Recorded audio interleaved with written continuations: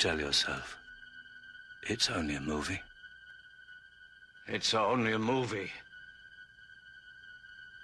But sooner or later, it's time to go home.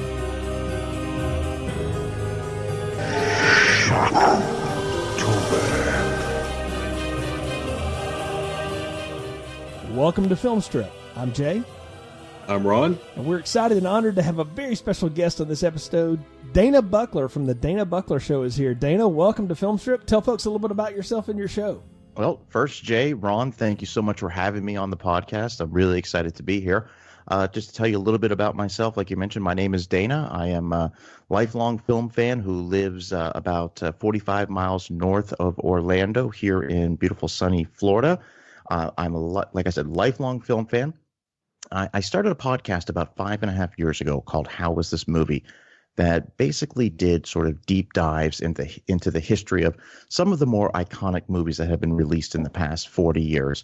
About 6 months ago, I rebranded the show to The Dana Buckler Show because I wanted to do a little bit more than just the deep dives. I mean, that's still a staple of the podcast, but I wanted to sort of expand things a little bit. For example, I started a series called the 20th Century Movie Club, which, Jay, you've been a guest on. That was a great episode, where we do nothing but recommend movies that were released before the year 2000, which, given the subject of today's episode, would fit perfectly in the 20th Century Movie Club.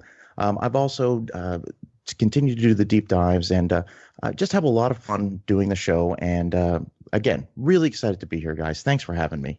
Well, Dana, thanks again for being here.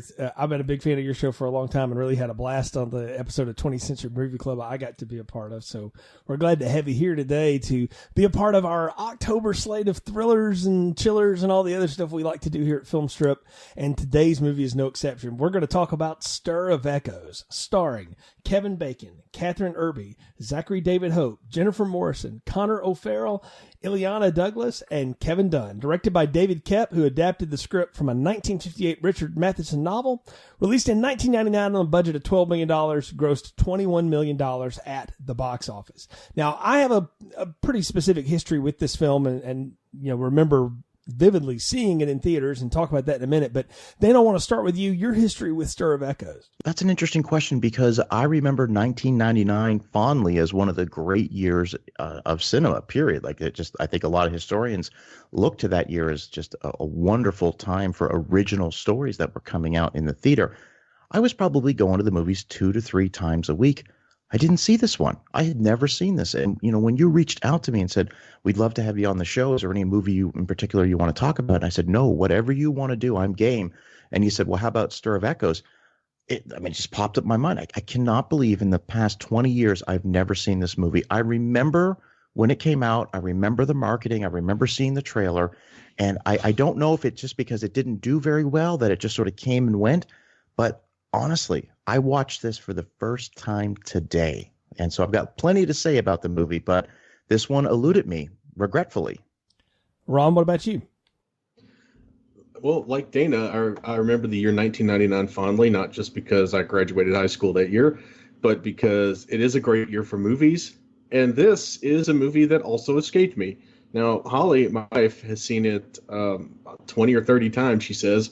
But my first time viewing it was the other night through Amazon Prime. So I'm excited to talk about it. And it was nice to uncover something of a gem that had been hidden to me. Yeah, guys, this one, when it came out in 99, the sort of short history of it is this is the movie that got buried by The Sixth Sense because they're so similar in plot together. Even though this one was in production before and was written on source material completely different from what Shyamalan used from The Sixth Sense, or at least what he admits to. I remember when this came out and having seen both of them in theaters, I saw The Sixth Sense and was, like, wow. But I mean, not to get too spoiler heavy into that one, but I figured out what was happening in that movie about halfway through and I was fine with it and still enjoy it. And it's it's probably Shyamalan's best film. It's really good. But I remember going to see this again because I'm an easy mark for Kevin Bacon. He's never let me down in anything. Even if he's been in a bad movie, he gives a good performance. And I just really like Kevin Bacon.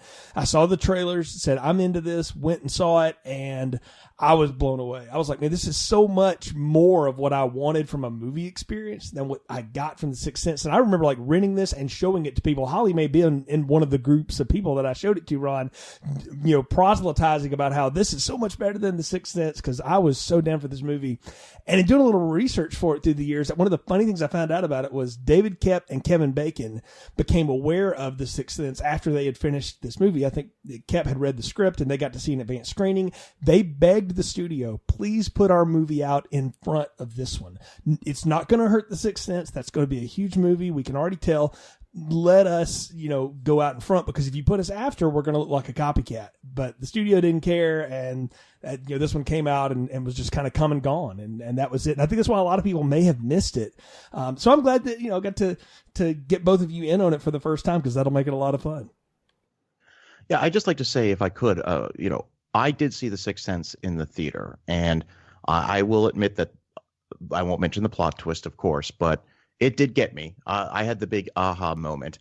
But what's interesting about that film is I've never had the desire to rewatch it. And everyone says, oh, you have to watch it a second time once you know the plot twist. But I didn't come out of that movie, I think, loving it like everyone else does. Yeah, Jay, you mentioned that you think it's his best work. I'm going to lean more towards Signs, but I know that's a discussion for a whole nother podcast.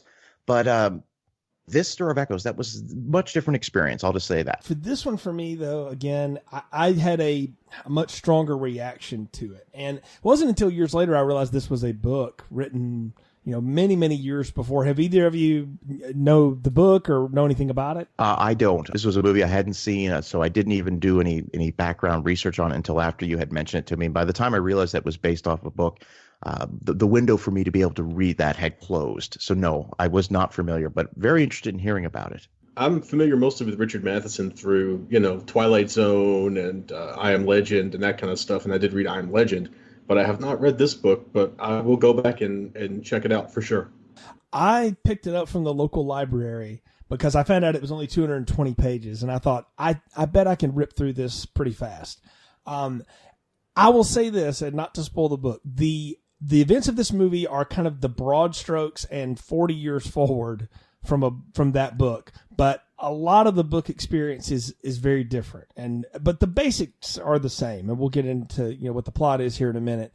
I think it's interesting to visit as kind of a one-off. I almost wonder if it would be better as an audiobook versus reading it, because sometimes reading it was just like, I really don't want to hear about your sandwiches, and things like that. Like there's lots of that kind of stuff in it, but it's okay. You have to, I have to take off my 21st century, mindset to read a book from the 50s, because it's got very different sensibilities. The female characters are very different. One of them is a completely different person than the wife in the movie here. And, the antagonist is all different. The plot's different, but the basic idea of somebody who gets hypnotized and now becomes a telepath in some ways is the same. And so I can see why this would be ripe for adaptation. Lots of methods and stuff has been adapted. Ron, you mentioned Twilight Zone and I Am Legend. How many I Am Legend movies are there, or versions of that? I mean, there's several of them, and several of his other works have been adapted. Some better than others, I would say. But he's an intriguing writer, and as somebody again who likes good sci-fi writing and has read a lot of Philip K. Dick and stuff. I've read some Matheson, so it was fun to go back and visit it. And if you like that kind of stuff, this is definitely worth a read. But I don't think you can really compare what happens in the book to the movie, other than just in the broad sense of things. So I would just say that as sort of a disclaimer for the readers out there that want to get into it. I like what you said about, the audiobook, because that's really how I consume books these days. So that's a great recommendation. Well, you mentioned, Jay, that there's there are differences between the book and between the movie, and you've talked a little bit about some of the differences in the book. Why don't you go ahead and hit us with the plot of the movie? All right. Working class family man Tom is a hard-working fellow who just wants to provide for his growing family and still achieve some of his own dreams. Because he's so focused on taking care of those he loves, Tom rarely relaxes at all. This leads his sister-in-law to give him a hypnotic suggestion at a party to open his mind a bit. However, this unlocks Tom's ability to have psychic visions and connections with people in the past, an ability he also learns his young son possesses. Tom starts seeing visions of a young girl who's murdered named Samantha, and he becomes obsessed with learning the truth of what happened to her. The more the more he lets Samantha in, the more unhinged he becomes, going as far as to dig up the floor and the entire outside of his house into the kitchen. And it's there he discovers Samantha's entombed body and learns that the son of his landlord, Harry, and son of his best friend, Frank, Adam, who earlier tried to kill himself, attacked and murdered Samantha not long before Tom and his family moved into that house. Harry and his son show up to take out Tom, but Frank intervenes and guns down the assailants. Tom sees Samantha's ghost walk away, seemingly satisfied that her spirit can now be at rest. And Tom and his family drive away. Tom's son covers his ears so he cannot hear the many spirits calling to him from all the houses as they head out of the neighborhood. And that's kind of that's the quick plot summary of A Stir of Echoes. You have this hardworking guy who's kind of a no-nonsense fellow, which Kevin Bacon as the everyman seems as most on-the-nose casting as you can get, because from the mid-90s through the 2000s, that was kind of his world. And I was down for all of it. Like I said, I'm an easy mark for Kevin Bacon, and I want to see what he's going to do. And you get a lot of mixed stuff in here. I mean, you've got the working family. His wife works too. They've got a kid. They've got another one on the way, allegedly. Not by the way Catherine Irby looks, but whatever. We'll go with that. And you've got her kind of, I don't know, spiritualist, new age sister who she refers to as a witch, but would be offended by that, who does hypnosis on him, and all the craziness that ensues within. Plus, you've got the whole Chicago neighborhood thing going on, which that's the thing about this movie that I remembered most. I remembered almost all of it takes place on like one block, and really between a couple of houses. Yeah, and can I just say, one of the things I wrote down on my notes is, what a fantastic block to live on. Like, they're always having parties. They're going to sporting events. Everybody's drinking beer all the time. And then, I mean, I'm just saying this kind of jokingly around, but I was like, what a great little neighborhood to live in. I just thought that was terrific. I mean, Kevin Dunn says it. This is a good neighborhood. So, like he's, I don't know if he's the HOA president or if he just takes a lot of pride in where he lives, but I got that too. And it's something that I've always thought about. I'm like, man, it would be neat to live in a neighborhood like that. Cause when I've lived in neighborhoods or the apartment complex I live in now, I don't know who my neighbors are and I don't want to, like I don't hang out with these people. And this is a different time for sure, even though it's just 20 years ago.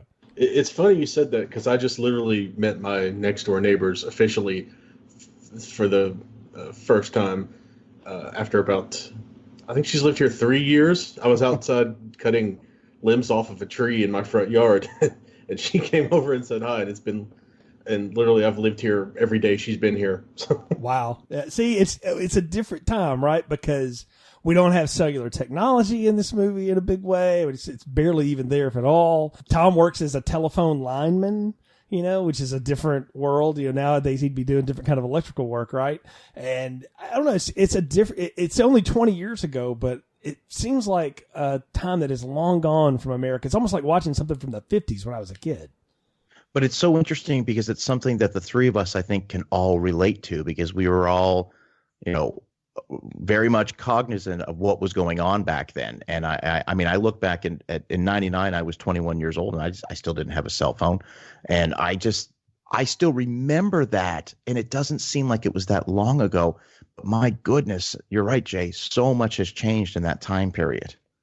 Yeah, the one thing I was most amazed about the tech in this is they go to a party across the street and Tom takes his baby monitor and just sticks it in his pocket. And I'm like, did those things have that kind of range on them? And is that safe for the kid? I mean, Ron, you've got a kid now, so tell me. Our baby monitors can supposedly reach 500 feet.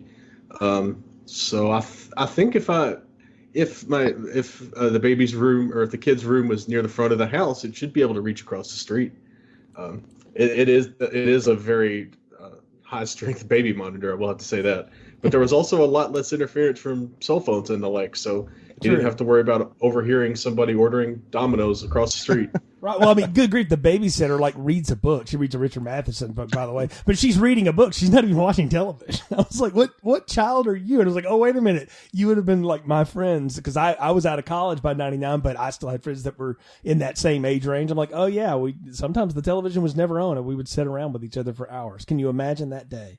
But anyway, so we meet our characters here, and I mean, our main main focus here is going to be Tom, but I wanted to talk about the other members of the family that we meet from him, specifically his wife, Maggie. Now, I watched Catherine Irby for decades on Law and Order Criminal Intent and just loved her. I thought her and Vincent D'Onofrio had such good chemistry together, and to have never been romantically involved. They were just work partners. She was such a good character on that show. And I remember when I saw her show up on Criminal Intent, I was like, it's the wife from, Stir of Echoes. And everybody else was like, what? And so, I think I'm the only one that knows she did this besides her. It's funny that you mentioned her being on Law and Order Criminal Intent, which I've never seen. The moment I saw her pop up in this movie, I was like, oh my God, that's the daughter from What About Bob? Wow. Yes. Oh, that's awesome. That's a deep pull, man. Good work. Speaking of movies I've seen 30 times, What About Bob is an HBO classic. Speaking of a movie I've never seen, there we go. We'll throw that out there. So. Wow. Well, I'll say this about her is, you're mentioning Law and Order Criminal Intent. That's the only Law and Order show I never watched, and now I've got to watch it. It's worth checking out. Yeah, if you've never seen Criminal Intent, it's very, very good. I knew her, of course, for later work, but this was the first time I'd ever seen her in anything. I haven't seen What About Bob, like I admitted to there. But can I tell you how much I really like Maggie as a character?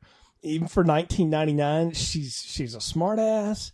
She gives as good as she gets from Tom, but she very much is an understanding partner, and you can tell these two have a good relationship, even though the relationship's going to get frayed by part of what's going on. And it, maybe it had its ups and downs, but they are definitely in this together, and she plays that so well. And at some point she takes over and goes to find out more information to try to figure out what she can do to, one, get into the circle that her and her son and her husband now have with these psychic abilities, but also so she can help them because she's seeing what it does to him.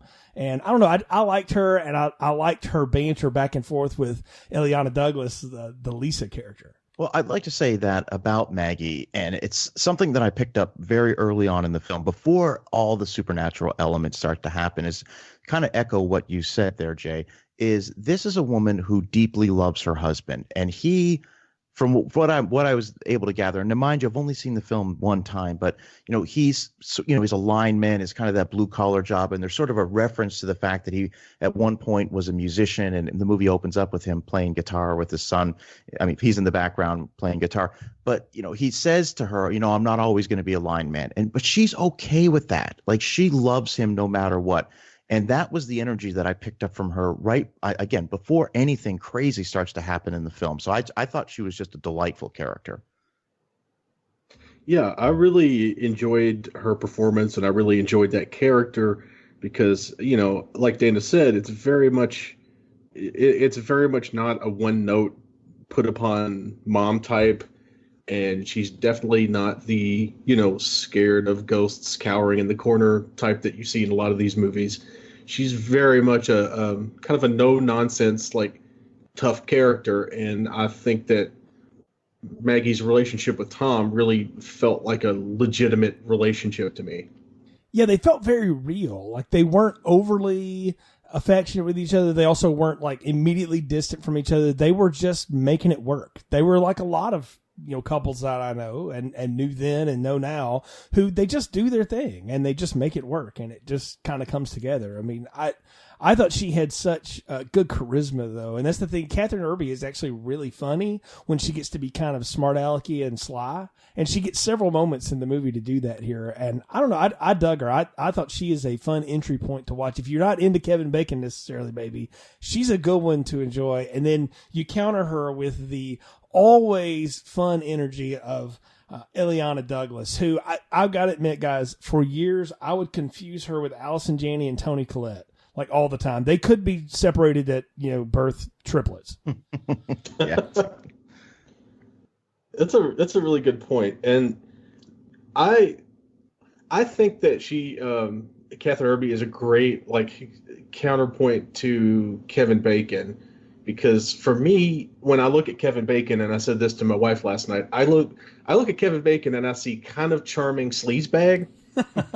Yeah. Like, he's a kind of good dude, but like he's gonna stay out a little bit too much. He's gonna drink a little bit too much. He's gonna be in that bar band until he's 45. Wearing too tight jeans on stage. He's one of those dudes, and she seems both very kind of supportive, but not necessarily indulgent of his lesser behaviors. It's like she understands that he's got to go out and let his hair down a little bit, but she also knows he's going to be up bright and early, working on the line the next morning. Tom is the kind of character that's perfect description. Playing the bar band till he's 45. You realize sooner than later that he's still somebody that's going to do the right thing, and he's a good man. He kind of has that sleazy kind of look to him a little bit, kind of dirtbag look, rocker type look, but at the same time, he's a good person. And you get that early on, and I really like that. And I want to say something about Kevin Bacon, Jay, and I meant to mention this when we were recording on the 20th Century Movie Club.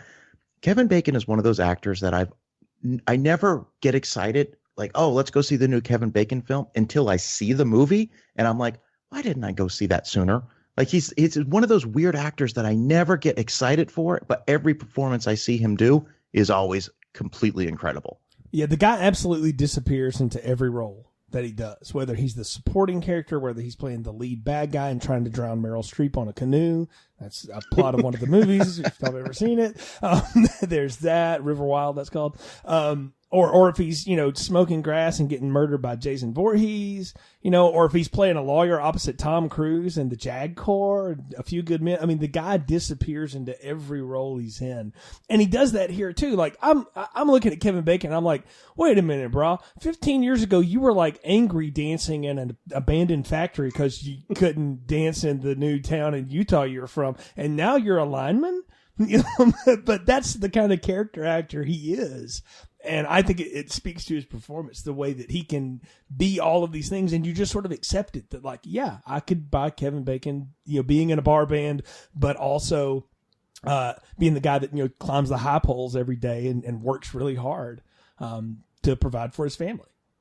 Well, after the Tremors ran him out of perfection, he needed to settle down to get a new gig. How can I forget that one? Great ideas. If Fred Ward could have been one of the neighbors, that would have just anyway. Missed opportunity there. But no, but I think we talked about them. I want to get y'all's reaction on Lisa. Anything at all on her?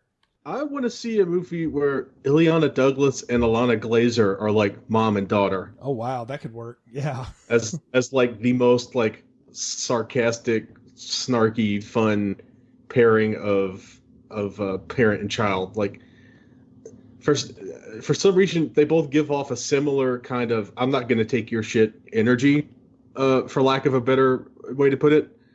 But yeah, I really enjoyed her performance too. I had several good laughs because of things Lisa said or things Lisa did. So I liked her quite a bit. And I jokingly told my wife, who's a massage therapist, that if we had never gotten married and she had moved to Boston, she probably would have ended up with a bunch of scented candles and Dude, and that kind of. I'm so glad you outed that, because having known Holly as long as I have, she's my oldest friend in the world. Every time I watch this, I'm like, it's Holly. Like, it really is. Like, it's so much of her. And the way she says stuff, it's funny to me that you caught that too. So I'm glad we're in agreement on that. I really liked this character as well. I thought, the whole sequence in which she hypnotizes Kevin Bacon, which, by the way, shout out to the director. That was a very well done scene. But she had this perfect look about her, and just the way her voice was coming across, very calm, very soothing. I thought she was excellent. If I have one gripe about her performance, is that I don't think she was in the movie enough. And that's my big complaint about her character. And that's certainly not a complaint about her character. She wasn't in the movie enough. But it's interesting because Ileana Douglas has been in, 30, 40 movies, probably 100 different TV shows. But for me, whenever I think of her, I'm immediately think of the episode in Seinfeld when she was dating George. And I'm a diehard Seinfeld guy. And that's the one I always immediately think of her in that one. And she's terrific. And she's only in that one episode, but it's always the first thing I think of when I think of her. When I saw her on screen, I say, oh, Seinfeld. So yeah, that's always my starting point for her. Dana, I think it's neat that you think, I wish there could have been more of her character in the movie, because she is invented for the movie. Interesting. In the book, it is a brother-in-law who dabbles in this kind of stuff, who does the hypnosis, and he completely drops out of the story about a third of the way through it. Once he does the hypnosis, he's gone, and you never see him again. And so David Koepp rewrote it to be sister-in-law and got her, and there's not a ton of behind the scenes stuff, but from what I could tell, he was just so enamored with the way she was doing this character that he kept trying to come up with other ways to put her back in the plot. But at some point it becomes very much about Tom and Maggie and Jake, and needs to there's nowhere else for her to be. So she has a late scene where she watches the kid while Maggie has to drive back home to try to, rescue her husband, not knowing that's what she's doing at the time. But I agree. I mean, she's so neat. And I'll tell you what brought this movie back to my mind, because it's been a number of years since I saw it, until a couple of years ago. And I'm watching Get Out, and I'm watching Catherine Keener sit there with that spoon and just hypnotize, people. And I'm going, that's like this, Stir of Echoes. And I immediately went and, grabbed my DVD. I felt like Kevin Bacon going through my CDs there for a second. And I grabbed my DVD and I watched it. And I was like, oh man, somehow we're going to get this back on the schedule some way. And so I'm glad to be able to do it here. But yeah, she's a character that in the book, she's adapted from something completely different and falls out of the movie about the same time that the character falls out of the book, though she gets to come back later. So I think you mentioned something, Dana, and we'll talk about that hypnosis scene in a minute, but David Koepp is a young filmmaker at this point in his career, and he's got such command of the camera and in letting you into the story. I mean, we drop right into the story immediately. I mean, the kid gets out of the bathtub and he's having a conversation with a dead person. You don't know that's happening until you've seen the movie once through, but he's standing there in a towel going, does it hurt to be dead? And I'm going like, man, where did you find this Danny Torrance lookalike kid to do that? Because this kid is creepy. Yeah, and by the way, great child actor. I mean, he is really good. I mean, right off the bat. And again, like I said, watching this film for the first time today, so I'm watching the scene going, who is he talking to? And then as soon as he said, does it hurt to be dead? That's when I kind of had the aha moment. Okay, this is a supernatural film, because I didn't know anything about the movie. So yeah, great opening scene with him. Yeah, and it's funny because looking over David Koepp's director filmography, he did one of my favorite movies of 2012, which is the Joseph Gordon-Levitt bicycle messenger crime / being chased around by Michael Shannon or Michael Sheen. I get them confused, as I've told Jay numerous times. He's being chased around by the scarier of the two, Premium Rush. I have not seen that movie. I've heard great things. It's going on the short list. It's definitely worth checking out, because a lot of the command of scene and the command of setting that he has in Stir of Echoes only improves with time when he gets to Premium Rush, because Stir of Echoes has that neighborhood feels very familiar, even though I've never been to that side of Chicago, and Premium Rush, it does a great job of kind of putting you in the cleats of a bike messenger on the streets of New York. It's very different in terms of what you're making the camera do and how you're shooting and that kind of thing. But at the same time, it captures a feel that I think is what makes that movie work, and what also makes Stir of Echoes work, because he's not over reliant on any kind of tricky camera photography or tricky setting and staging. It's just a very clear telling of the general plot, and he saves the cool trickery stuff for Kevin Bacon's various hallucinations and the hypnosis scene. Like, he deploys it at great places to get a little wild with things. I'd like to say that if we're talking about Koepp just for a moment, and I don't think it's by mistake, that one of the things I was seeing today when I was watching the movie, just from the way he was framing a lot of the shots, and this is not really not so much the the special effects shots, or to use your term, that sort of the camera trickery that he used, but some of just the way he framed some of his shots and some of the monologues that happen, I would notice a lot of these very slow zoom ins, which I thought were very Spielberg-esque. And I don't think it's by mistake when you look at, how much he's worked with Spielberg in the past. I think he certainly drew a lot of inspiration on how to frame some of his shots from Spielberg. And that's a compliment, because I thought they looked fantastic in this film. I'm glad you guys brought it up, because Spielberg is one, and then there's another S director that is certainly he is taking from here, and it's Stanley Kubrick, and specifically The Shining. And I wrote in my notes, and you guys saw it on the doc that we shared, there's a lot of Shining in this movie. And David Koepp has even admitted, like, yeah, I went to that well because the source material was such that we needed to update it a little bit. But I felt like a lot of what was happening to Tom is similar to what happens to Jack Nicholson's character in the Kubrick movie.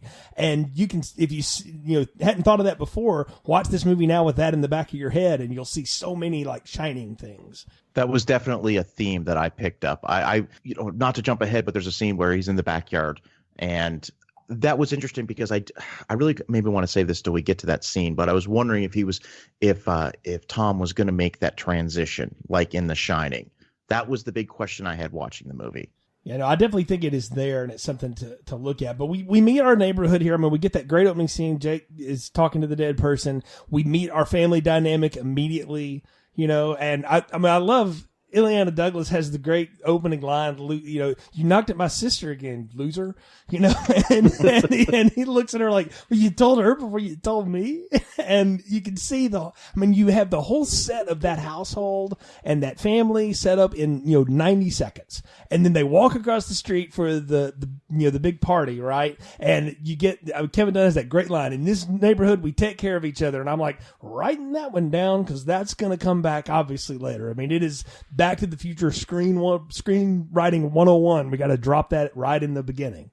It's definitely a really efficient way to establish this world that we're in, and to establish all these characters right away. Because I might not have remembered some of the names of some of the friends, but like I recognized them. Hey, that's that guy from that party. Hey, that's that football kid. Yeah. I didn't remember, for example, Alex's name because I'm terrible at that game. But they were established. The people and what their relationships to the others were established really crisply, almost immediately. What's interesting, I watched this when I was watching this today, especially with this party scene, and Kevin Dunn, who I think is just a terrific character actor. I was a little bit concerned because this movie was 20 years old and he wasn't as established, that he might have just been a one and done scene at this party just to help establish what type of neighborhood this is. Thankfully, my assumptions were incorrect, but that just goes to show you like how old this movie was, that I was like, oh man, that's Kevin Dunn. Is he going to be in this? I hope so. But he wasn't that big back then. Yeah, it's one of his first things, and he becomes a very integral part. And again, this is another character that basically created from Koepp. It's not in the book. So I can hint to those things as we go through it. I think the big thing we got to get to here, though, is where Tom gets hypnotized, right? And everything that happens because of that. And you already called it out, Dana. The hypnosis scene is fantastic. The visuals of the theater and, imagine words on the screen. And then the way he wakes out of it with that head in the bag and seeing that front porch flashback. And then they have to tell him like all of the crazy stuff that they did to him while he was under hypnosis. I mean, Kevin Bacon sells the scene though, because he looks like somebody who's choking to death and doesn't know it. What was great about this is because, like you just mentioned, Jay, they tell him all the things that happened to him while he was under, but we didn't see that happen. So we're really in Kevin Bacon's head. We're really in Tom's head going, is that real? Did that really happen? They're talking about sticking safety pins through his hands and things like that. But we don't see it right away. And so we don't even know how long he's been under. It was that was the tipping point for me in this movie. Like, all right, I'm all in. I can't wait to see where this story goes. Yeah, definitely. For me, it's hard to believably come across as being very confused. And I think he does a great job at absorbing the information that the other people at the party tell him he said, the things they say he did, and him slowly buying into it, for lack of a better phrase. Yeah, that whole bit about where she says, I stuck a safety pin through your hand and told you to bleed on one side and not the other. And we get that flash of that happening, which is just a jump moment for me because pins and hands, I don't do that action. Or I can watch heads chopped off all day, but that kind of stuff, like, no.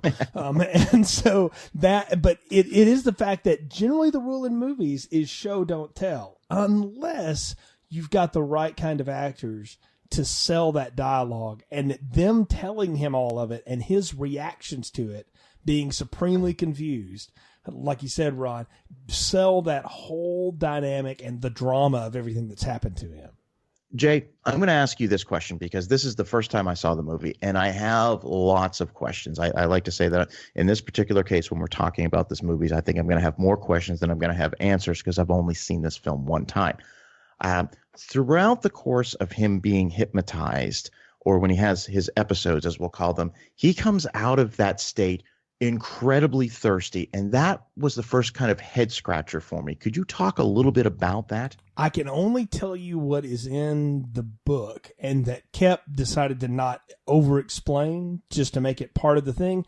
In the book, the spirits that are haunting Tom or maybe talking to him, one of their ways to motivate him is they have to do things to him that make him physically uncomfortable. And they have a way of, the way it was described, it's something like they can dry all the air out of the room just around your space. It's almost like they're haunting inside of you or something. I don't know. It wasn't terribly clear, but Kep and Bacon said they kept that in because they needed something for him to have a physical reaction to in the post opening of his mind. And that now that he had basically made a connection to Samantha, and the reason so is she was murdered in his house. So, and he doesn't know that yet. So she sort of hears his mind, beaming out to her in the spirit world, and she latches onto him. And part of her latching onto him is to make him constantly thirsty so that she can wear him down physically. Because if you can wear somebody down physically, they're more open to listening to the spirit world, not only seeing it, but also listening to it. That makes perfect sense. I will just say that there have been many times when I've been very thirsty, and the last thing I think of is to reach for a beer, which he does a couple times in this one. But right, that's just an observation. Yeah, just go the other way when you do that. But it kind of ties into some stuff we see Samantha doing later to try and get him to go down into the basement. Mm-hmm. For example, when he's outside, later in the movie, he's outside digging and he's spraying the hose into the dirt to soften the dirt and make it easier to shovel out. We see him have all kinds of problems with the water. When Maggie is upstairs getting ready for her bath, we see Samantha go into the tub, basically, and the water turns ice cold. And the first thing Maggie does is she goes downstairs and tells Tom to go check the pilot light on the water heater. So you kind of see the Samantha spirit manipulating the physical environment to try to drive anyone she can, or as many people as she can, into the basement in the hopes that they'll find the wall that she's hidden behind. That is so on point. That is so on point. As soon as you said that, I was like, oh, that is absolutely correct. That's a great observation. There's that part too where he's having a vision and his breath is cold. Every time he has visions back to that day, it was a cold day outside. So when she's inside and then gets attacked, it's cold. Everything is cold. So not only is the spirit world cold, but specifically for Samantha, she died on a cold day. She got stuck in a cold place. So the fact that she can make everything around her really cold and dry makes sense. And having worked in my very old house in winter, I can tell you that no amount of central heat will actually make it warm, especially in the dead of winter. Like it looks like her attack took place in, late fall, early winter. And I know in my house, which is about the same age as the house that Tom and Al are living in, it gets very cold. It's also another callback, I think, to The Shining and the fact that the Overlook Hotel is very cold, and there's all this coldness. But it's such a contrast though to the way the scenes are designed, because if you look at that house, that looks like people live there. A lot of times you watch a movie, right, and you can tell like that's a nice set. Nobody would ever live in that. that looks like a house that people live in. It's just we're dropped in the middle of it, and you see how warm and inviting everything in the house is, and it's all these warm colors, but he's constantly thirsty. It's cold. There's all that kind of contrast. I think that's a nice touch by the filmmaker. Bit of a nod to the Amityville Horror. I look back when Brolin's character, he no matter what he does, he can't get warm. He's always by the fire, and I just got a couple nods from that one as well. Good point. I mean, what I love too, though, is we get that kid again. We've already called out Zachary David Hope, good child actor. A lot of times you wonder, like, do kids even know that are in horror movies? And I don't know what they told this kid, but he is so good. He comes over there to Kevin Bacon as Bacon's having freakouts, and he's like, "Don't be afraid of it, Daddy." And he like does the Vulcan mind meld on his face or whatever. And I was like, one, that is really cute, but two, it's like, ooh, that is really scary. But as the mind of a child is, he doesn't know he's supposed to be afraid of it, so he's not. And I got to thinking about that. I was like, you learn fear. You're not born with it. And he hasn't learned to be afraid of ghosts yet, even though his mom won't let him watch, The Mummy. Yeah, it's an very interesting point. And it ties back into the whole reason why Tom is hypnotized in the first place. Lisa wants him to be more open-minded, right? And nobody's really as open-minded as a child.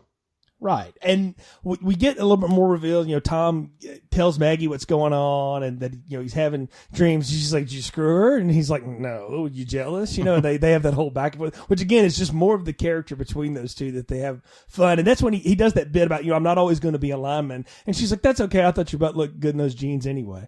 And she's kind of, that's the kind of smart ass thing like my wife would say. And I appreciated that, so it's that kind of humor that I can get because it makes it so real. But he's working his line. He calls up Lisa. Of course, it's the middle of the day and she's asleep. So, it's the standard trope, right? And she admits to, "Well, I just wanted you to be more open-minded." And so he tells her what's going on. So he's now receiving all these messages, right? And we also see how open and receptive Jake is because Mom's trying to hunt a babysitter at the last minute. And he goes, "Who?" And then he turns around and says, "Call Debbie. Or find Debbie." And she's like, "Who told you about Debbie, Samantha?" And she just plays it off like no big deal, right? And I'm like, ooh, if you've seen the movie more than once, you realize like Samantha's sitting there telling him like, "Get my sister over here." No, and that's interesting. A couple things I just want to touch on. Can we just right before we get to the scene where it's the next day, there's one thing I want to say about this movie that I think the movie does really, really well, and that is effective jump scares at a very minimal amount. And that just sort of happens that first night that Tom's going through basically the psychosis after he's been hypnotized. Bringing it back to when he's making the phone call, I love this sort of a reference to what you said earlier about the lack of technology, that he's actually making the phone call from up in the bucket truck with, however they used to make those phone calls with those little phones they could hook up to the wires and just place the call that way. I thought that was really interesting. Not something I don't think we ever see again today.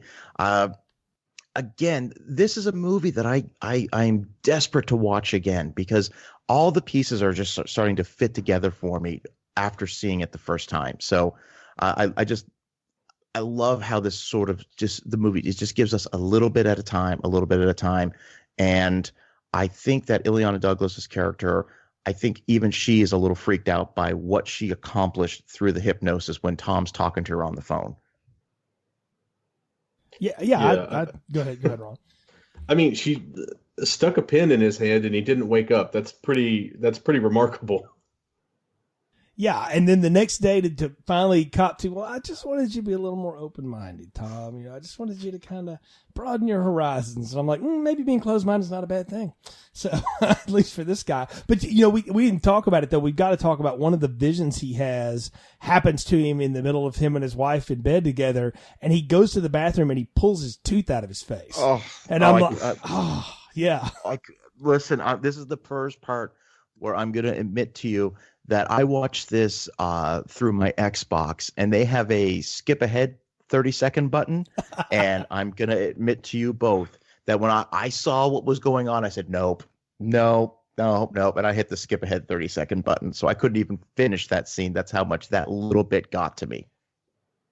For me, it wasn't the tooth part, although the tooth part is horrifying.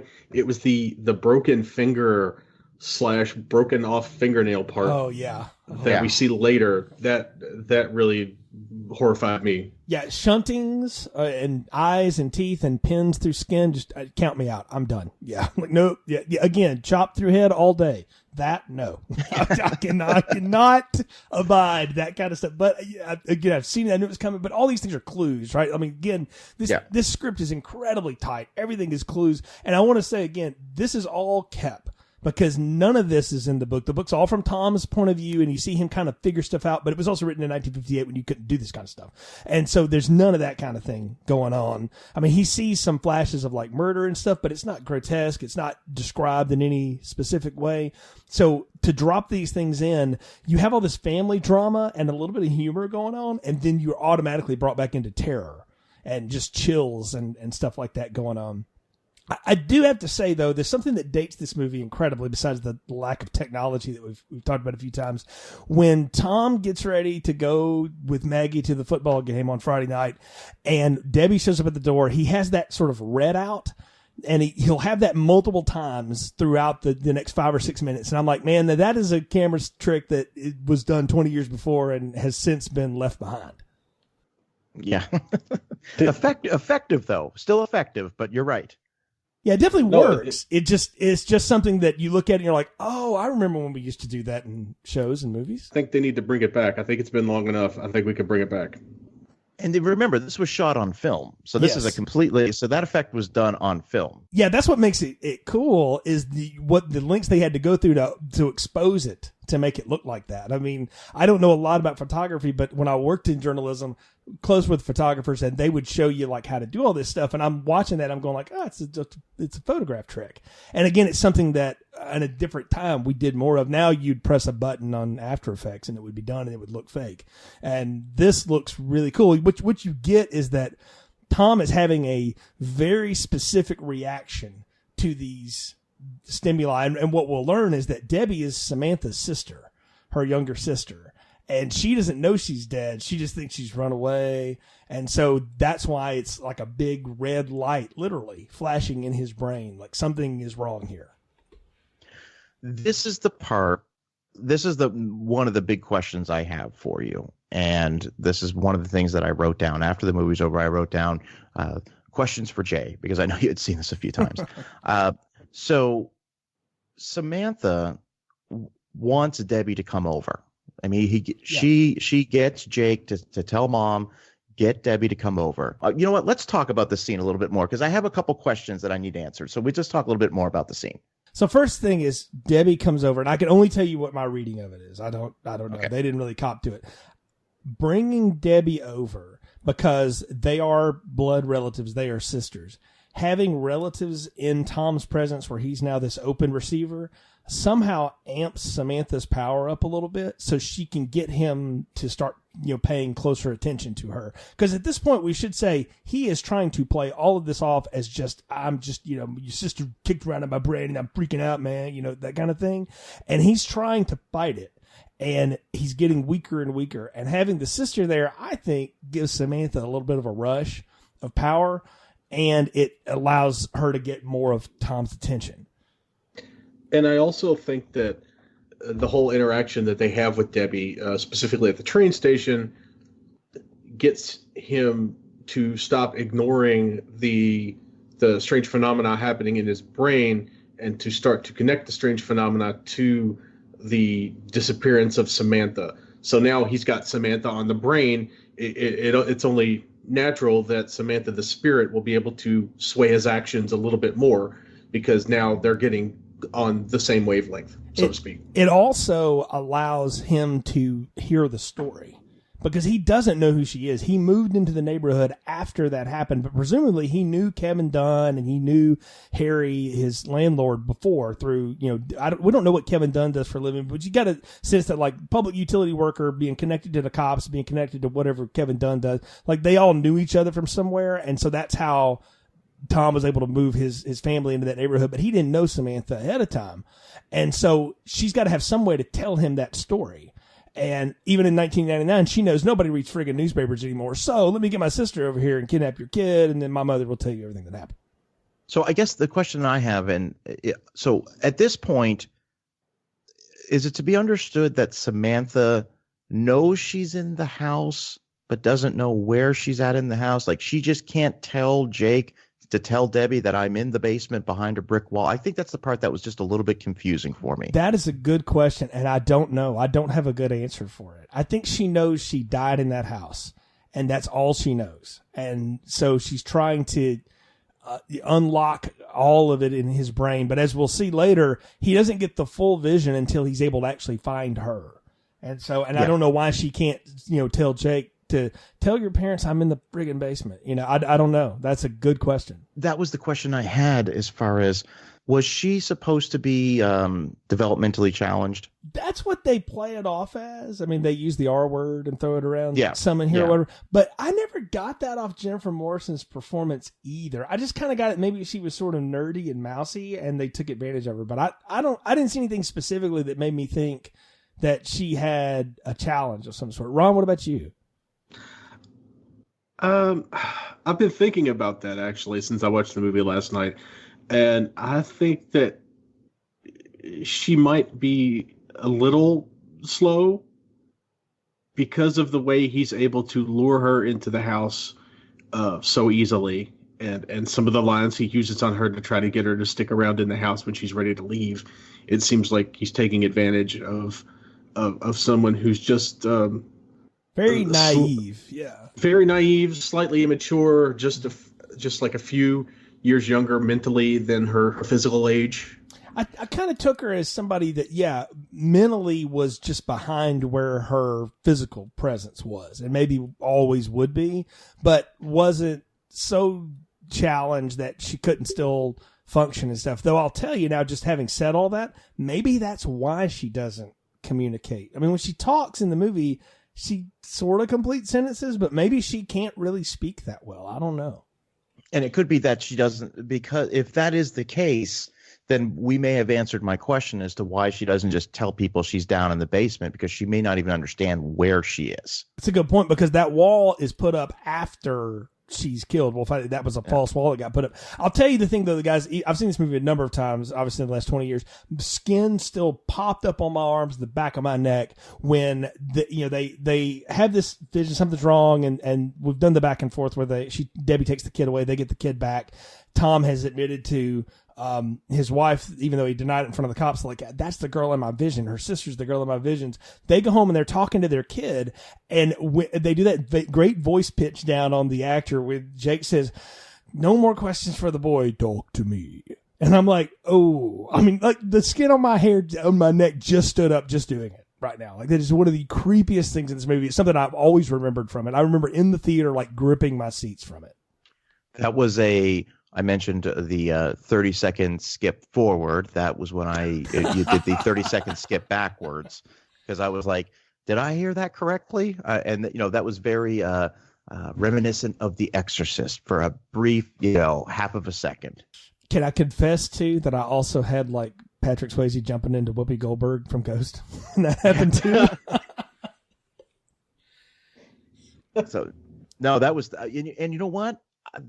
I would have liked to have seen just a little bit more of that, but you know what? That credit to the director, credit to him, because I'm sitting there saying, I wish I had more of this character. I wish I had more of this. I would have liked to have seen that, a little kid use that voice a little bit more, but the director just gives you just a taste and says, nope, we're moving on. And I think that's brilliant. It's very Kubrick. It's very Spielberg. It's like, you don't have to over explain it. You just drop it in once and then everybody knows, what's happening there. Yeah. It's definitely a situation where, you want more, but too much would be a bad thing. You know what I'm saying? Oh, totally. I'd rather want to see that. I'd rather want to hear the voice a second time than for them to go back to the voice, 3 or 4 times and it to lose all effectiveness. I agree completely. And can I tell y'all, for me, and this is my opinion here, that voice change moment blows I See Dead People out of the water. In my opinion. 100%. As much as I like that movie, but that is so much more effective and creepy. 100%. Definitely, yeah. So we get to see more of Tom unraveling. He starts asking people about Samantha. I mean, again, this neighborhood parties a lot, like it's and what I caught this time that I hadn't really caught before is that Harry, the landlord, is a cop. And you see these police barricades and stuff. And I'm like, so is this guy like hiring his off-duty buddies to sort of block the neighborhood off so they can, pour beer in the street or whatever, they're doing or here? And it's funny though to watch Tom go around and start asking people about stuff, and he's chewing aspirin like Tic Tacs. And Kevin Bacon is so good at physical performing, and I know they do it with like a makeup and stuff like that, but this isn't a movie that had a ton of budget and they weren't doing CGI effects on people. He looks like somebody that's been on like a 4-day bender and hasn't slept. Yeah, and I just want to point out that until you mentioned it here, I missed the part about Harry being a cop. I don't know what was going on there, but that makes his performance, his character, even more effective for me. I think I'll realize that on second viewing. But yeah, Kevin Bacon looks terrible by this point. I mean, just terrible. And that is, again, it's all practical. It's all a practical look. He looks utterly horrible, and that's a compliment to the character. Yeah, they do a really good job of slowly devolving him physically as he gets more and more obsessed with Samantha, and as he gets more and more affected by the physical manifestations of the things going on in his head. Yeah, it's all starting to unravel him. But again, we see Tom's a mess, and then he has a premonition the next day while he's laying on the couch. That Maggie's got Jake out of the house, and they, just kind of getting away for a little bit. And she's already confided to her sister that like he's used up all of his sick leave. He's got to go to work Monday. He's just, all he does is sit there because he saw Samantha sitting on the couch once, and he's trying to sort of bring her back. So he just keeps trying to kick R2-D2 and make the video play again or whatever. And so he's doing that, and he's just laying there, and he has this premonition that Frank comes over and he's like, I got to kill you and Maggie. And he starts running around the house, and he goes and bumps into Frank's son, Adam, who's the football star, that if they just give him the damn ball more, he'd, be a Heisman Trophy winner or whatever. And, which is every sports dad in the world. I'm just sitting there just, yes, I love this. So, and that's just such a little thing that doesn't matter. But again, as a guy who grew up in the South, I'm like, I know every one of these people, and worked in, covered high school football a lot. Dude, trust me, I've heard this story. So we've seen this, and he has a gun, and then he wakes up and he starts realizing some of this is true. My shoes are under the couch where I didn't realize I stuck them. There's a note on the door that I didn't know Maggie left me. And he goes over and he sees Adam, who pulls the gun out and shoots himself in the chest, and he has to intervene on the attempted suicide. And I mean, it's a jarring moment in the film where you start to realize that not only can he communicate with the dead, but now Samantha and the spirit world are letting him see just a little bit into the future. Yeah, and it's interesting because the whole discussion that Kevin Dunn's character has when they're walking to the football game, and he's going on about they just have to give my son the ball. I mean, this is it. That really plays into the motivation later on as far as why it's so important. But we'll get to that. But that it seemed like such a throwaway line earlier on in the film, and again, this is just me watching it for the first time. All of this was just confusing the hell out of me, and I just loved how it all, it all makes sense at the end. But as I'm just talking about sort of my first time viewing experience watching this, going, all right, I'm not sure what is happening here, and I'm not understanding why the son is trying to commit suicide. So I'm just giving it from the perspective of a first time viewer at that point in the movie. Yeah, I definitely didn't know. I definitely hadn't put together why the son was trying to kill himself. But for me, the thing that makes that whole scene work is when Kevin Bacon wakes up from his vision and he finds the shoe under the couch. He mutters some little comment about it, and I don't know if you caught it, Jay. No, what does he say?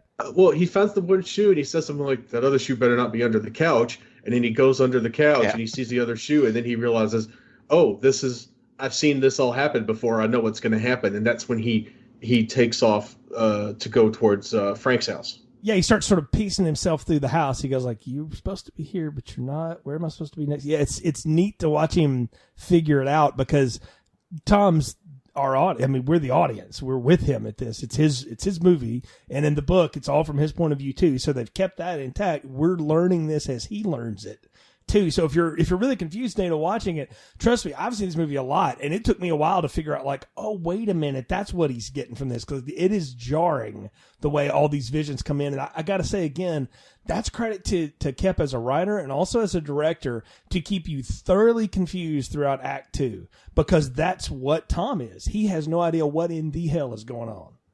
Yeah, that was what I was calling that the Final Destination moment. Yeah. You know, when he wakes up and everything is exactly how, you know, that vision was. And I was like, oh, that's kind of like what they do on Final Destination. God, now that you say that, he's got Devon Sawa's hair in this movie now too. Oh man, I'll never see yeah, no, I'm telling you. And I think this movie came out a year before, if I remember correctly. Yeah. I could be wrong about that. I think Final Destination might have been 2000. I don't know. Final Destination is a 2000s horror series, and I know that because I would have brought it up on 20th Century Movie Club had it not been. So, but anyway, he's figuring all this out as he goes through it. And that's what's neat to see. And you can tell now that, like, he realizes this is a big thing that I can't just keep to myself, right? I've got to do something with this. Tell me if I'm correct here. He's motivated, I think, by this point to figure this out because he just wants this to stop. Yeah, right? he just wants it to be over. Yeah. He's not at this point, and he's not really just looking for the body of Samantha at this point. He just wants this to end. Is that correct? Well, he doesn't even know she's been murdered at this point. He just knows she's missing, and he keeps seeing weird stuff. He definitely seems like he just wants it to stop. He doesn't seem to be enjoying his version of the gift or whatever you want to call it. Yeah, it's definitely not something he is enjoying, and I think that's he's not supposed to either. You know, I can see into the future. What are the lottery numbers next week? No, that's not how this works. You know, and so, and again, we got to keep in mind, it's Samantha's control in the spirit world that is driving all of this behind the scenes. And we get next what I think is the most shining moment in the movie, honestly. Maggie and Jake are playing along in the street, and they bump into a cop's funeral in a graveyard. And of course, Jake's like walking up there because he's probably psychically talking to everyone. And we find out he is psychically talking to the very large African-American gentleman who knows his name, even though he never told it to him. And he tells Maggie, like, tell your husband to come on by a little bit later. And he even says something like, you know, oh, those two are glowing pretty large. And I'm like, man, that was a little heavy there. Yeah. And can we just talk about the fact that, you know, Maggie ends up going to the address that's written down. Yeah. Can we talk about that scene for a moment? Because again, this is one of these, you know, I would have liked to explore this a little bit more. I would have liked to have seen what's inside that room with all of these people that clearly have the same gift, as if that's what we're calling it.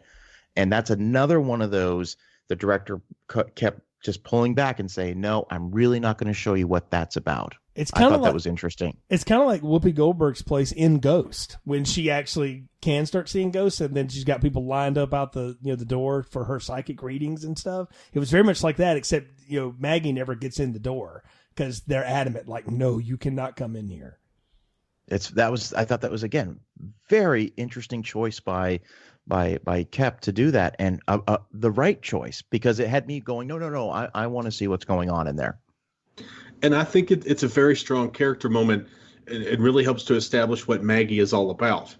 She's not just going to stand by in the shadows and let Tom do all the adventure, for lack of a better way to say it. She is being protective both of her son and her husband. Yeah, she's an active character. And can I say again, that is something that Tom's wife in the book is really just kind of there as the damsel in distress. She's also like 8 months pregnant in the book, so she's really pregnant in this, like Maggie's just found out, apparently. And again, I'm doing the Friday the 13th Part 3 ROM, I'm going like, if that woman's pregnant, like she's barely pregnant, because some of the clothes she's wearing, like, ooh, not yet. But not to be a hound, but I mean, honestly, I'm going like, I don't know if I even needed that. But the cool thing about it is that she takes ownership of the fact that she's going to go figure out what's going on, because she does care about both of them. And she's also a little pissed off at the fact that they can have entire conversations with each other and she's not included. Yeah. Which was also a thing that I enjoyed and made me laugh, because she makes a little comment about her son and her husband having this weird connection that she's not a part of. But for me, what sells it the most is that Maggie knows that Tom is not in a place where he's right physically or mentally or emotionally. So she's not going to let him go to this psychic support group without figuring out if these people are going to do something to take advantage of him. Is how I read it. Oh, that's good. That's perfect. That makes perfect sense. Can I ask you guys a question now? Because y'all fired them at me for a little bit. So as first-time viewers, the next things that happen are Samantha cools off the bath. She keeps changing Jake's TV back. She's keep the TV running after he unplugs it. She turns the lights off on Maggie in the basement. And then she gives Tom another, strong vision. I kind of read it just based on the face that Jennifer Morrison's given us that Samantha's getting a little pissed that we're not making some more progress here. And so she's decided to amp it up. Is that what y'all think? Well, I can now. The problem is I've seen the whole movie now, so I was very confused about that scene about why specifically Samantha kept changing the channel back every time the boy would change the channel, he changed it back into specifically the movie in question that she kept changing it back to was 1968's Night of the Living Dead. Mm-hmm. And now I can see the parallels. I think she's trying to say I'm dead, by just, by the sheer fact that that's the name of the movie they're watching. So that's, again, here's me, if I'm being honest, very confused, but all in. I think it's all part of Samantha's attempts to just make everyone in the household unsettled. And she wants them to dig deeper. And I don't think, even if she could say to the kid, hey, they killed me and I think I'm in the basement, but I don't know for sure. I'm not necessarily sure the young boy would fully understand it. He seems a little bit too young to grasp that.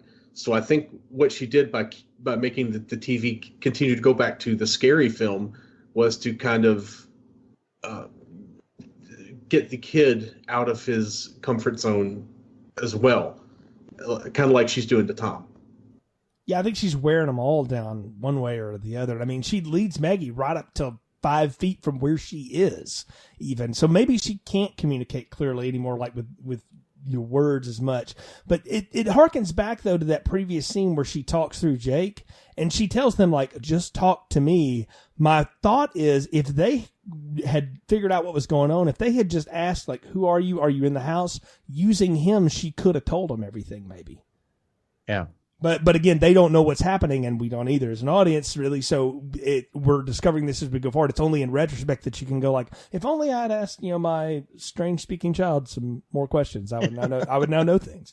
But we don't, and it's fine because I'm down for the ride too. I like how Tom is just completely at his wits' end at this point. He goes back to be unhypnotized, and he interrupts Lisa, who's been smoking joints with her friend or girlfriend. I don't know what's going on there. I don't care, but clearly he interrupts something. And I love how Illeana Douglas has this whole moment on the couch where she's like, you're just a little extra for me right now and I can't deal with it. And she's using language. I'm like, that's how people talk today. And it was hilarious the way she's like, you're gonna have to just tone it down just a little bit. Yeah, she was stoned out of her mind, and she's just like, this is too much for me right now. I can't handle this right now. And he's like, no, you're going to help me. And what I thought was interesting about this scene is when they sit down and she's just again, just stoned out of her mind, and he's all fidgety. And during the first hypnotized scene, he's like, all right, let's do this. I'm going to relax. But this time he can't relax.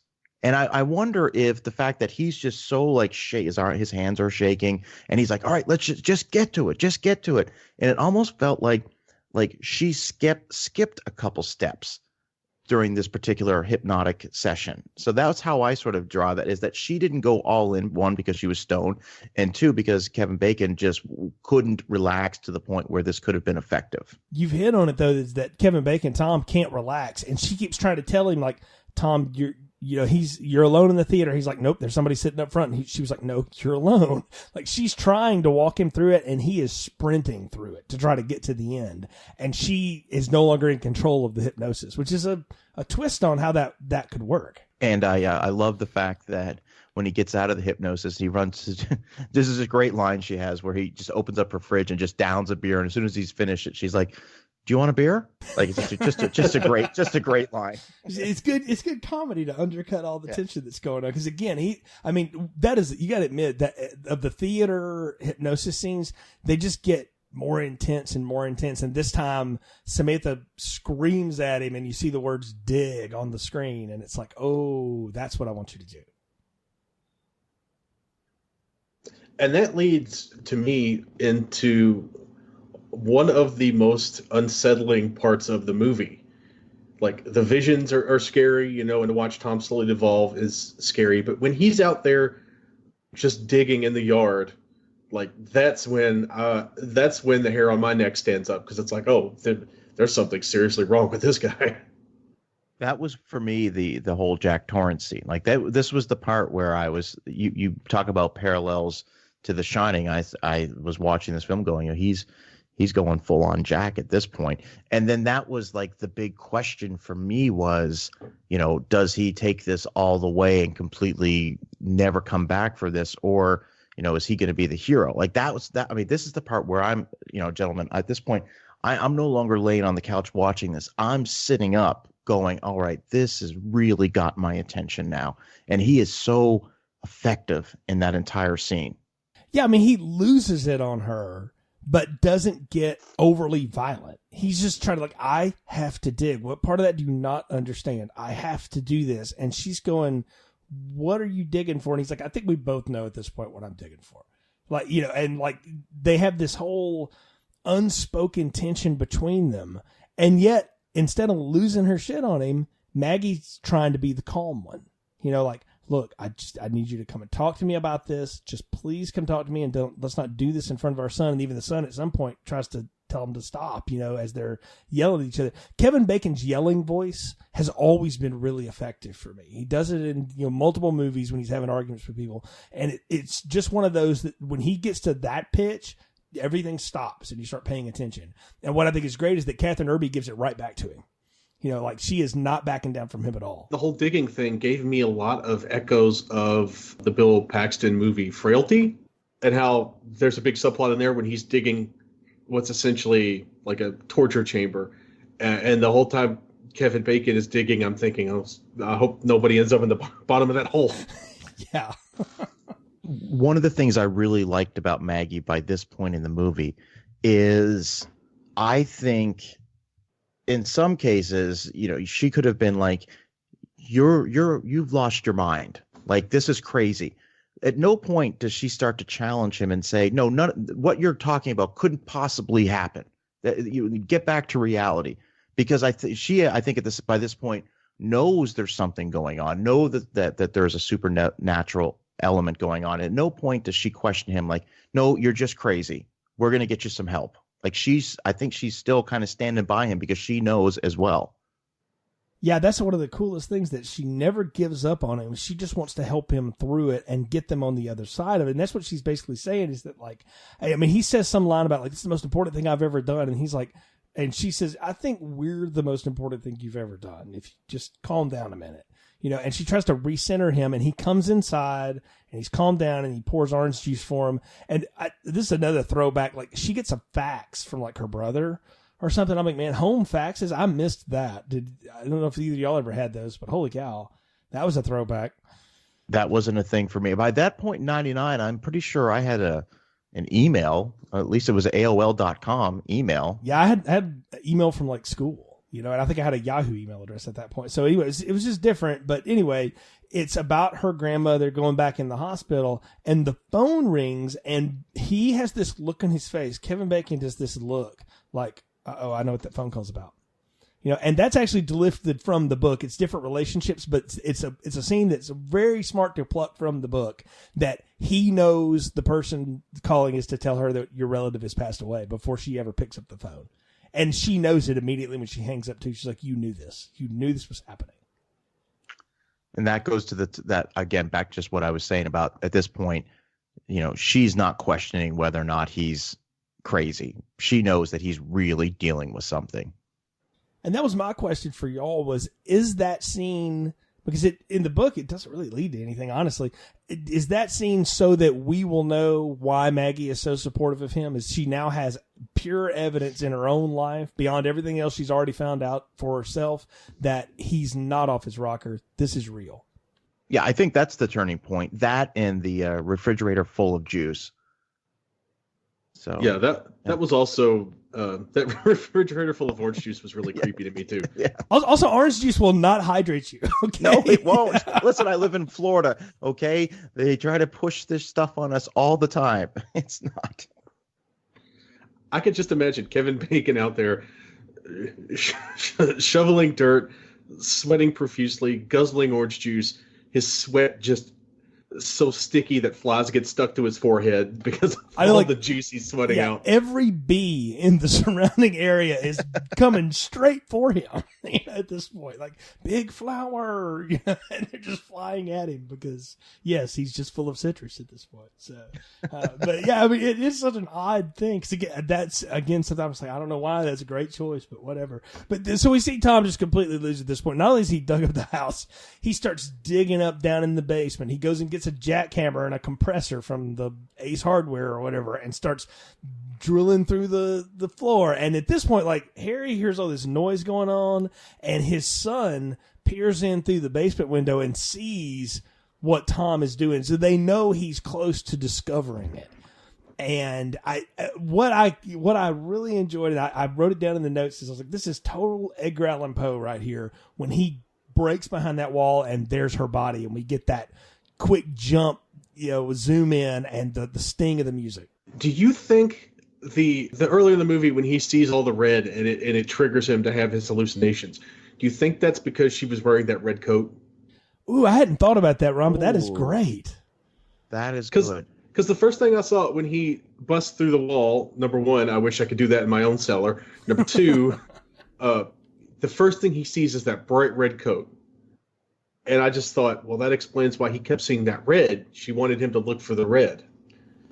I don't know if that's just me or dude. I'm sitting here like mind blown. That is awesome. I've never picked up on that. All these years of watching this movie, that is a great pull. Wow. I have another question before we get into the reveal, and that is, would somebody in his condition really be able to rent a jackhammer, or do you think that? The rental place would be like, okay, buddy, you look like you've been speeding for 4 days here. What are you going to do with this jackhammer? I think cash solves all things. Cash solves all things. All right, perfect. I have a feeling like you look at the piece of equipment he gets to, it's not like it's in the greatest of condition and it looks like, this place will rent it out for whatever. So sure. I mean, he walks by like the new ones and he was like, they'll probably never give me that one. Let me go to the beat up one. That at least I know still works. And they're not going to question anything if I tell them I'm just improving the house, Because, I mean, he has a moment later, too, where somebody's like, what are you doing? Harry's like, what the hell are you doing to my house? And he's like, oh, man, just trying to fix that water main. Like he plays it off so cool. So I'm like, he'd probably get it together enough and go like, here's cash. And then that's that. So. Yeah, like the Wu-Tang said, cash rules everything around me. I'm sure that's exactly what happened. But yeah. And the fact that he went for the most beat up one in the store, they're just glad to get it off the shelf for a few hours. I took it as he was renting that, but you're right. He might have been purchasing. It might have been just secondhand. Yeah, good point. But either way, we get that great reveal here. And that's an excellent point, Rod. I never thought about it because we do get the coat first, and then he pulls the coat off to see the plastic bag and rips the face, the thing open, and we see the face and all that. Yeah, missing the tooth too. Like all the foreshadowing that was happening at the beginning of the film. That was the big payoff for me. I was like, oh, okay. Now it's all coming together for me. It's all making sense. And then of course the vision of what happened, which was incredibly tough to watch. Oh yeah. I mean, he touches her hand and that's basically her way of like, if you make physical contact with me, I can now show you the whole reel. And it is a tough 3-4 minutes of movie to watch. The way she's lured into that house by these two drunken idiots and they try to take advantage of her and then they force their way through it and then they kill her. And even if they kill her by accident, they just both go into rage mode and lose it on her. And it's hard to watch. And the scene when you're seeing it from her point of view, and it just keeps fading back and pulling back and pulling back, and the image of the two boys gets smaller and smaller and smaller. I honestly couldn't wait for that scene to be over. That was super tough to watch. Yeah, that was almost irreversible levels of uncomfortable to watch. Yeah, it was definitely unsettling, but I think Kep wants you to understand that these people that you love in this neighborhood and all this, and there's going to be an explanation. I don't want you to have any confusion as to what happened, which I think is why he lets it be told from Samantha's point of view, is that there's never, what the dads do is one thing, but these two guys, these two teenage boys that you were covering up for them because they get their whole lives ahead of them. Yeah, well, they did a really horrible thing, and you don't just do that at random. You work up to it. Speaks to Kevin Dunn's, back to what he said when they were walking to the football game. His son's going to be this big football star, and he's got this motivation to protect his son because of his entire future which is ahead of him, and yeah, God. All right. He's a white running back. He's only going to be a football star at BYU. Okay, so let's just be honest. Like he's not going pro. All right, so they could convert him to fullback. This is true, but we don't use it. Well, in 1999 through the 2000s, we did for a while. You're right. It's only recently we've outlawed the fullback. But I mean, LSU was still using the fullback to almost 2010. Yeah, well, no, they still do. They just can't win anything with it. But that's another podcast. So we dog LSU. We get the creepy Edgar Allan Poe Telltale Heart thing behind the wall. We get the vision. He knows what's up, and that's when Frank shows up, right, with a gun in his hand. And I'm going like, is Frank about to tell us what we already know? But is he going to reveal it to us? And what I love is the way Kevin Dunn plays this off. And you're right, Dana. This is early in his career. And he just keeps giving these good performances like this. But you totally listen to this guy and you hear the stupid things that he is coming up with excuses for, but you buy it from that character's point of view as to this is why we had to do this. Well, at first when he brings him down there, Kevin Dunn's trying to say, oh, you can't be sure. This is just a body. There's no way to prove that my son and his friend had anything to do with this. And then Bacon tells him, that she's got a hold of someone's hair. And then there's the big reveal where he admits that he knew the whole time what was going on. It was just brilliant. It's funny that you mentioned the Telltale Heart, because I was thinking as I watched this scene, I made a comment to my wife. I said, I wonder if they put her inside the cask of Amontillado. Oh, wow. Speaking of people being walled into basements. Yeah, very good. Yeah. I mean, you're right, too, Dana, though. There's the whole setup. He goes across the street to get Frank, who's grieving, because his son may or may not make it. He's in the hospital. And he's like, I need you to know something, and I don't want you to hear it from the cops. I want you to hear it from me first. Again, reiterate, Tom's a good guy. He's going to do what's right, but he's also going to do what's right by his friend and his neighborhood pal here. And then we get the big reveal. And what I love is that Frank, you think he's going to shoot Tom, and he doesn't do it. And Tom walks away and you hear that gunshot. And we're supposed to think, well, Frank took himself out.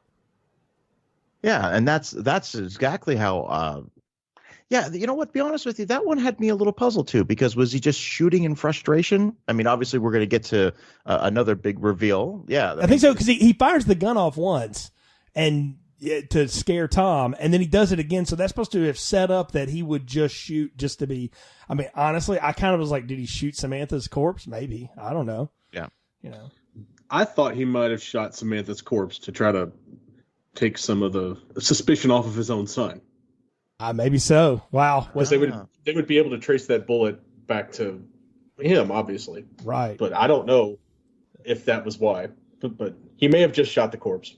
Yeah, I mean, I don't know. I like your idea better, Ron, that he does it. I'm glad we don't get to see it because we don't know. But the whole point of it is we think he shot himself, so that he's out of the picture. So that when Harry and his son show up, and at this point we need to mention Maggie has called her husband at home and been like, is everything okay? And he's like, yeah, everything's great. And like the entire house is destroyed. So he's like, well, not going to be explaining this one. So anybody ever been in that moment? I've had that moment before. I'm like, well, I'm just going to try to minimize the damage before Rachel walks in the door, or whatever. And so, anyway, so he hangs up the phone. And she's like, okay, Jake, we got to go. And he's like, I don't want to. I'm scared of the feathers. And we'll see what that means in a little bit, because it's really foreshadowing and funny. But that's, he gets to stay behind. Maggie's running home, going to honk the horn, come out, and I'll take you with me wherever they're across the city or whatever. And that's when Harry and his son show up. And like, this is going bad because Harry's got the bottle of half-empty Fireball, and he tosses it to his kid. And I'm like, oh, well, we're making poor choices tonight, boys. Like, this is going to end bad. So. Now, did he have that pint of liquor? Did he throw it to his son to try to get him both a little bit of liquid courage before they did the thing that they know they have to do? I think that's exactly it. I think it's also to show Tom, like, we're not playing around. Like, we're serious. And I took that as that pint was almost empty, that they had been sort of drinking before they came over there. Like the son comes back, says, the dad knows what's going on. Dad, they figured it out. We have to do something. They're probably just like, all right, let's just get ourselves ready. Because, there's that great scene where they knock him out and they roll him over and they put the pillow on the back of Kevin Bacon's head. And I'm like, oh, geez, this is they went over there for one reason and one reason only. And again, and having caught it this time that Harry's a cop, you're like, well, he knows exactly how to cover this up, because clearly he was part of the other cover up. And good old Maggie shows up to save the day. And we earlier on, we get the setup where she pulls Tom's knife out of his work bag so she can go see, the magical man tell her, that he's a receiver and needs to, come and talk to him some more or whatever. She's got that knife. We get a great fight. She stabs one of them in the foot. It's getting bad. And Frank shows up at the last minute to gun them both down. And when he does, Harry gets off the shot that goes straight up through the floor and would have gone straight through where her kid was laying on the bed. And that's where we see the feathers fly. And literally, I remember seeing that the first time and then watching it even this time. I dropped my pen. I was like, holy cow, this is so, again, I used the Back to the Future reference. It's so Back to the Future tight here at the end. That scene took my breath away when the bullet just goes through the ceiling and through the bed and through the pillow. I was like, oh, like it's just that sort of deflated, like, oh, that would have been terrible moment. Right.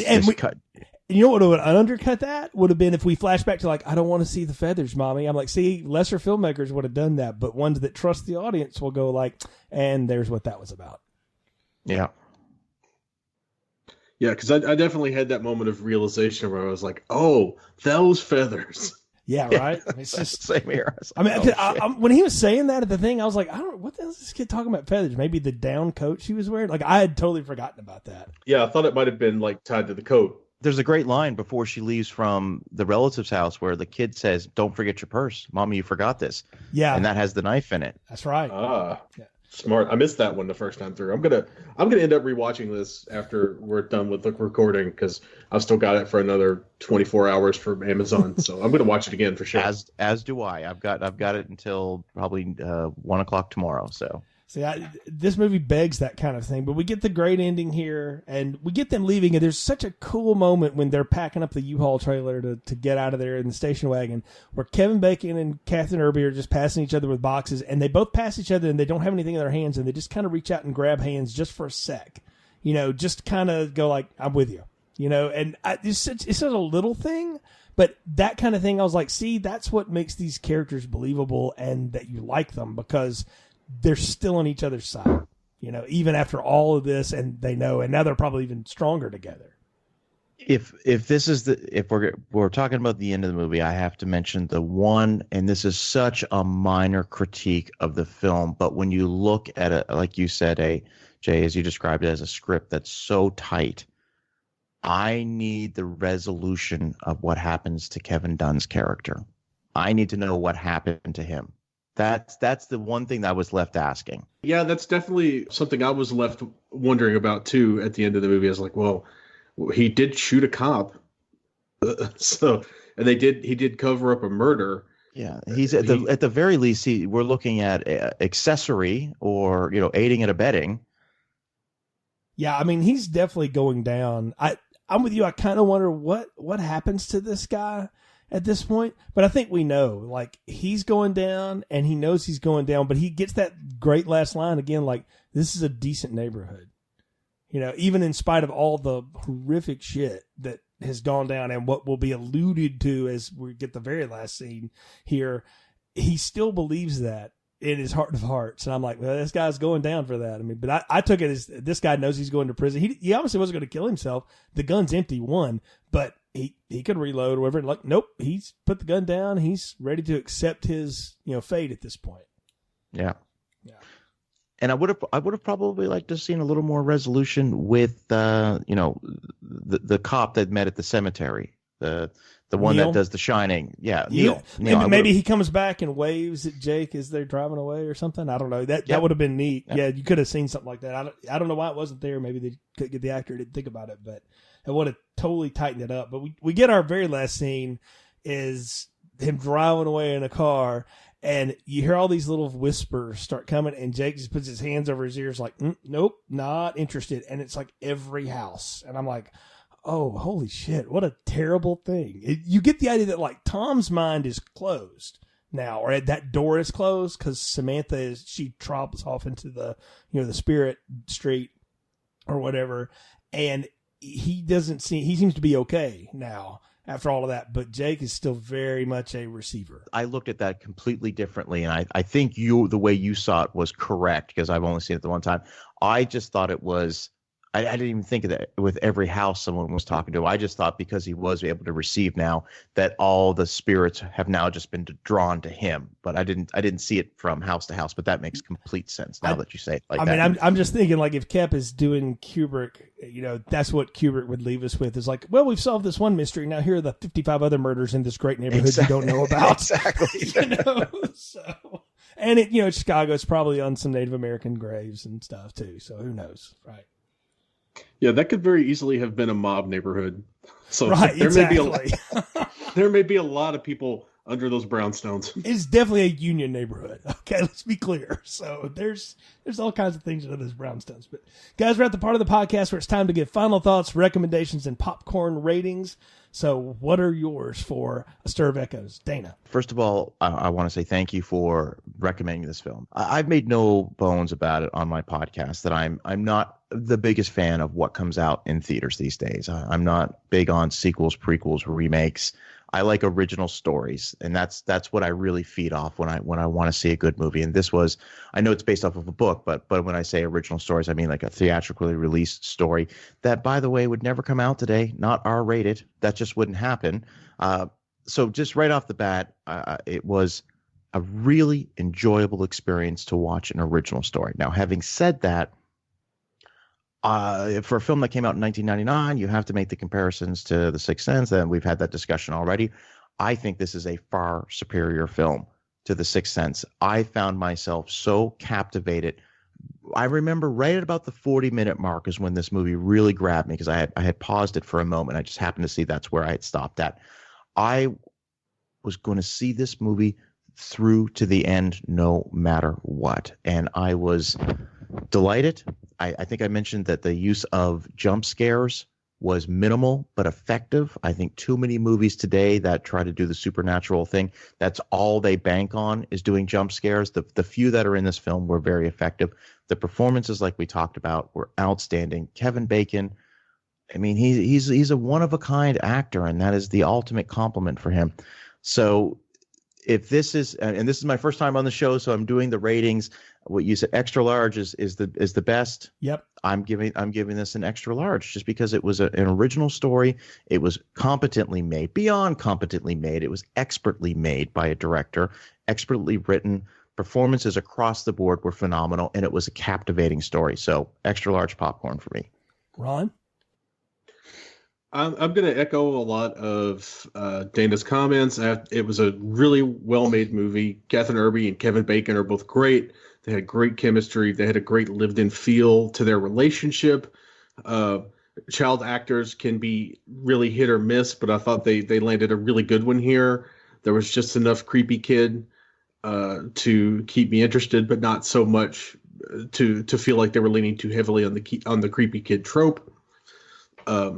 So yeah, I really dug it on first watch. Like I said, I'm going to watch it again. Definitely. I could see why it is a frequent favorite and why Jay worked so hard to proselytize people in its favor.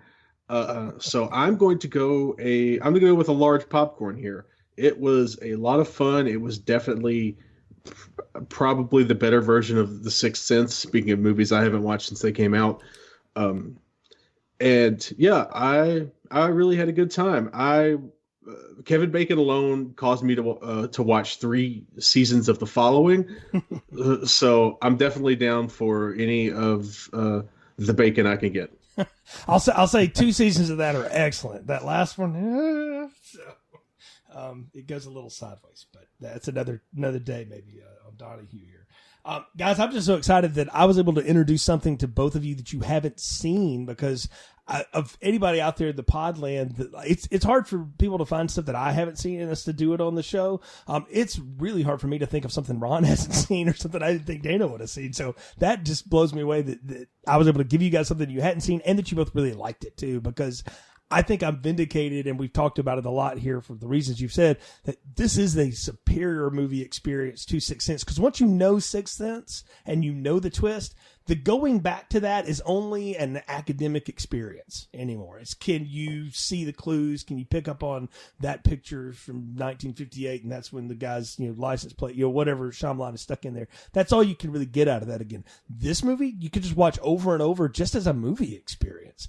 And it's more fun now that you know how it's going to go. It's kind of like Usual Suspects for me in that way, in that I know how that movie ends, but I'll still rewatch it. Even as problematic as Kevin Spacey is nowadays, that's still a fantastic movie to watch and is a fun experience. And Stir of Echoes is the same way. I can't give as high praise for the book. I'll be honest, if you want to read the book and you're kind of into it, it's probably worth it. Maybe better in audiobook form. I would recommend doing that just as a, sort of a side experiment. But this one for me is definitely one that I think you should see. It's one to seek out, and it is the superior of the two. And it's extra large popcorn territory for me as well. I will go ahead and put this out, though. I know neither of you have seen Stir of Echoes 2 or Stir of Echoes Homecoming that Rob Lowe was in. This was a Sci-Fi Channel, the direct-to-video thing. Let me just go ahead and put the word I can put on that: unwatchable. I tried to get through it, guys, and I just ended up skipping to the end because I was like, no, this is so bad. It's one of those that was another thing, and then the studio threw the name on it, and it's similar kind of stuff, but it also deals with some really, I don't know, it dips its toe into some real icky political stuff that it just doesn't need to. It muddies the water too much, and I'm sorry, Kevin Bacon is way better than Rob Lowe. I'm glad you said that, Jay, because last night Holly saw, Stir of Echoes 2, is that Rob Lowe? And I was like, yeah, that's Rob Lowe. She's like, I want to see it, but not for $2.99. It's not worth 99 cents. Tell her what I told you. Just don't. Go as if it never existed, and you will be better off. It's one of those, as my friend John Jansen would say, never happened. And so just live like that, and you're better off. I almost watched that today because when I was searching for the movie using through the Xbox, I just started typing in Stir of Echoes, and 2 results came up. And I wasn't really paying attention. I clicked on Stir of Echoes 2, and I almost bought it. I almost rented it. I got right to the confirm page, and I looked at it. I saw the cover art, and it just said Rob Lowe, and I went, no, this is definitely not the right movie. I'm pretty sure Rob Lowe's not in Stir of Echoes, and that it kind of cleared up to me. I was like, oh, okay, yeah, Stir of Echoes 2.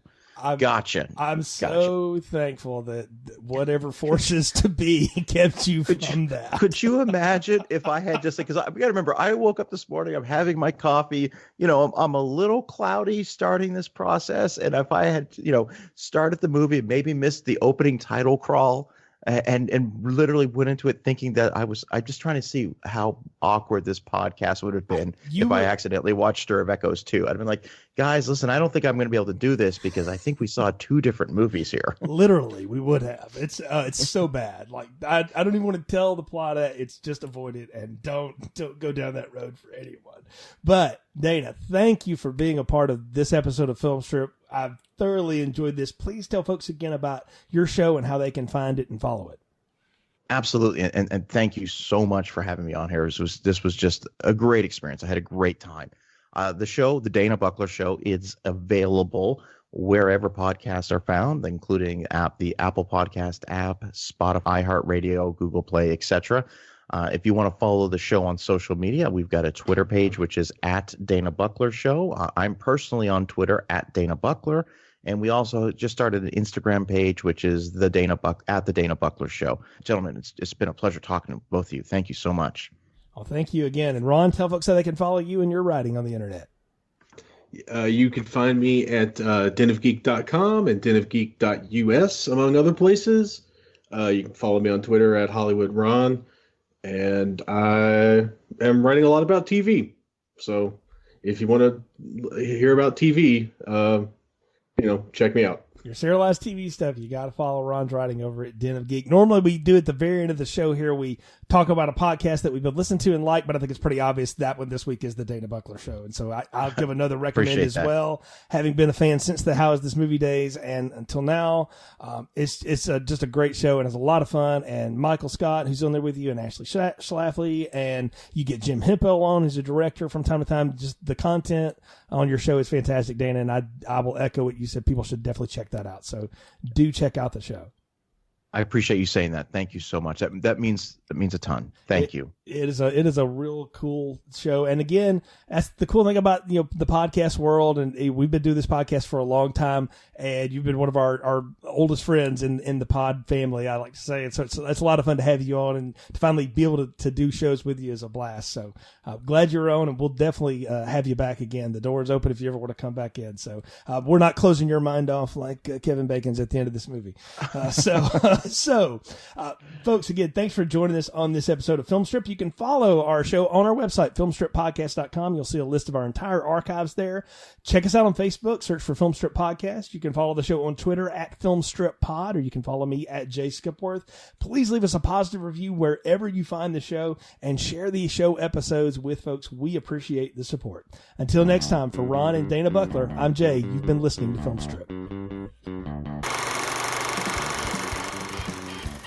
Thank you for listening to Filmstrip. You can find more episodes on our website, filmstrippodcast.com. The Filmstrip theme music is produced and performed by Frozen Lake 121. All content used or discussed in these podcast episodes is the property of the respective owners and used under the Fair Use Act, Section 504, C2, Title 17.